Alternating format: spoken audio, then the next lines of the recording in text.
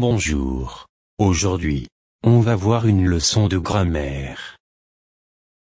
Observez bien ces phrases. Écoutez bien, je lis. A. Salim marche sur le trottoir. B. Salim ne marche pas sur le trottoir.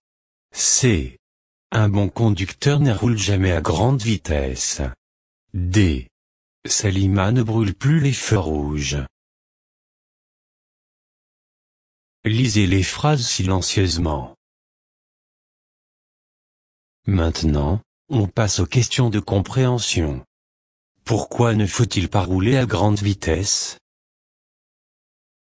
Très bien. Pour éviter des accidents et pour arrêter sa voiture à tout moment.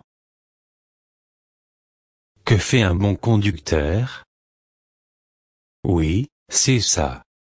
Il ne roule jamais à grande vitesse. Qu'arrive-t-il si on brûle les feux rouges? C'est vrai. On risque de causer un accident. Maintenant comparez les phrases A et B. Qu'est-ce qui a changé? Oui, on a ajouté ne pas. Dans la phrase B, entoure les mots utilisés pour dire que le fait ne s'est pas déroulé. Exactement. On a utilisé ne pas.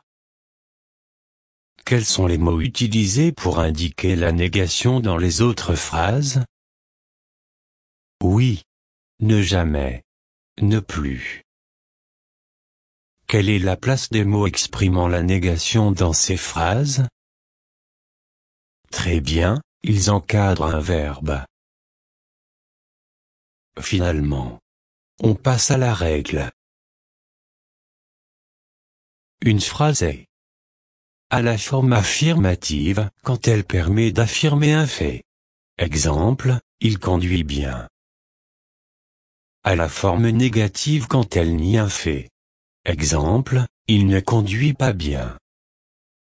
Une phrase affirmative se met à la forme négative à l'aide de ne pas, ne plus, ne jamais, ne rien, ne personne, etc. Les marques de la négation encadrent le verbe dans les temps simples. Exemple, je ne bloque pas la circulation. Encadre l'auxiliaire dans les temps composés. Exemple, je n'ai pas traversé en courant. Se place devant le verbe, à l'infinitif et à l'impératif. Exemple, ne pas se faufiler entre les voitures. C'est tout, à la prochaine.